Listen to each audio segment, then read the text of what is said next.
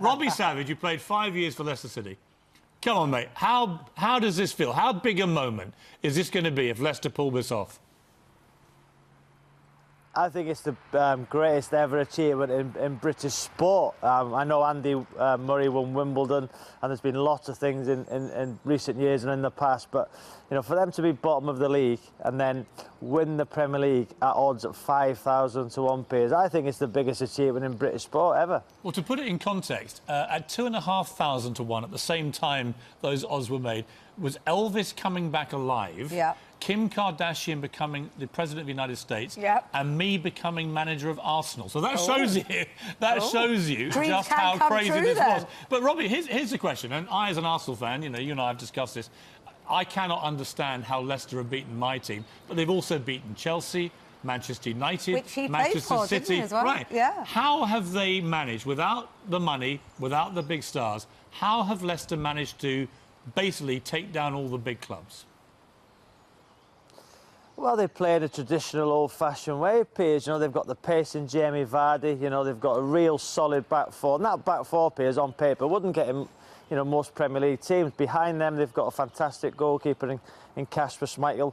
Kante in the middle of the park, his relationship with Drinkwater. They've got partnerships all over the park. And in Mahrez, you know, the PFA Player of the Year. The team spirit, the togetherness. Nobody sulks when they left out the team, when they got onto the park, like Azure. You know, Azure's been sub for the majority of the season. I think he's got 6 or 7 goals, important goals. You know, it's just the togetherness. To be fair, Piers, if I was you, I'd go to the bookies now and try and get odds on Arsenal to win the league. That might be 5,000 to 1 as well. Well, there's only one downside to all this, which is that Gary Lineker vowed if Leicester won the Premier League, he would present Match of the Day, the first one of the next season, in his underpants. Is anybody ready for this, Robbie Savage? Piers, I've got to say, I was at the World Cup in Rio with Gary, and I've got to say, I think you'll quite enjoy it. He looks half decent for his age. Sounds intriguing. I may start watching football shows after all. Mr. Savage and I, by the way, we had a glorious victory at Leicester Stadium last year. We took on Niall Horan from One Direction, 20,000 screaming fans. Savage was my captain, I was player manager, and we took them down. So that pitch has seen glory, Robbie.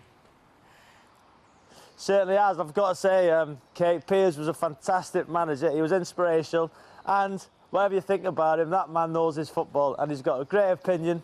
So he was an inspirational manager, and the lads really played for him, unbelievably. Thank you, Fantastic. Robbie Savage. Finally, a man from the game calls it as it is. I'm available to manage Arsenal at a moment's notice. Sorry. 5,000 to 1 odds. You wouldn't mind if I left, would you? No, we'd be delighted.